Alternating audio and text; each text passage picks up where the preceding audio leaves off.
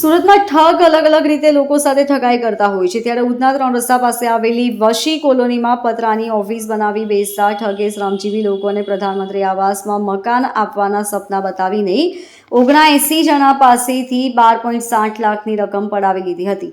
ઉધના પોલીસમાં થયેલી અરજીના આધારે પોલીસે 62 વર્ષીય પંચાનંદ પ્રધાનની ફરિયાદ લીધી છે, જેના આધારે પોલીસે ઠગ ઉપેન્દ્ર ઉર્ફે હરિઓમ છુરિયા બિસોઈની સામે ઠગાઈનો ગુનો નોંધ્યો છે.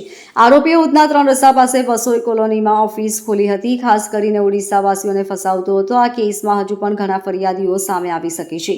આરોપી ઉપેન્દ્રએ મકાન માટે શરૂઆતમાં 10,000, બાદમાં 4,000ની ચોપડી બનાવવાનું અને મકાન મળી જાય ત્યારે 60,000 ભરવાનું કહ્યું હતું. ફરિયાદી પંચાનંદે પોતાના નામે અને એક દીકરીના નામે મકાન લેવાનું નક્કી કરી તેને 20,000 આપ્યા હતા.